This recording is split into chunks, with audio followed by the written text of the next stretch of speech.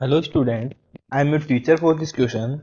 So in this question, if R be the universal gas constant, then amount of heat required to raise the temperature of 2 mole of monatomic gas under isobaric conditions from 0 degree Celsius to 100 degree Celsius will be.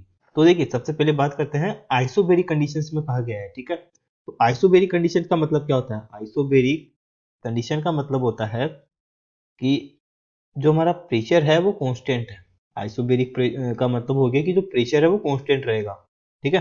और अगर हम दूसरी चीज की बात करें तो जो टेम्परेचर है, ठीक है, यानी कि जो चेंज इन टेम्परेचर है डेल्टा टी, वो हमारे को 100 डिग्री सेल्सियस या फिर इसको 100 केल्विन भी बोल सकते हैं, ठीक है। ठीक है, क्योंकि डिफरेंस हमारा इतना ही आएगा।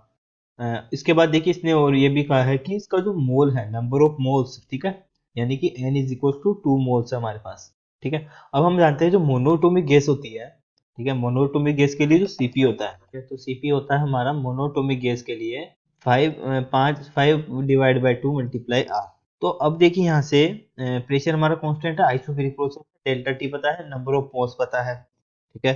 तो हमारे को क्वेश्चन में बोला गया है कि अमाउंट ऑफ हीट, ठीक है, तो अमाउंट ऑफ हीट यानी कि डेल्टा क्यू, तो डेल्टा क्यू को हम लिखते हैं n C P delta T से, ठीक है, कांस्टेंट प्रेशर है इसलिए हो जाएगा n C P delta T.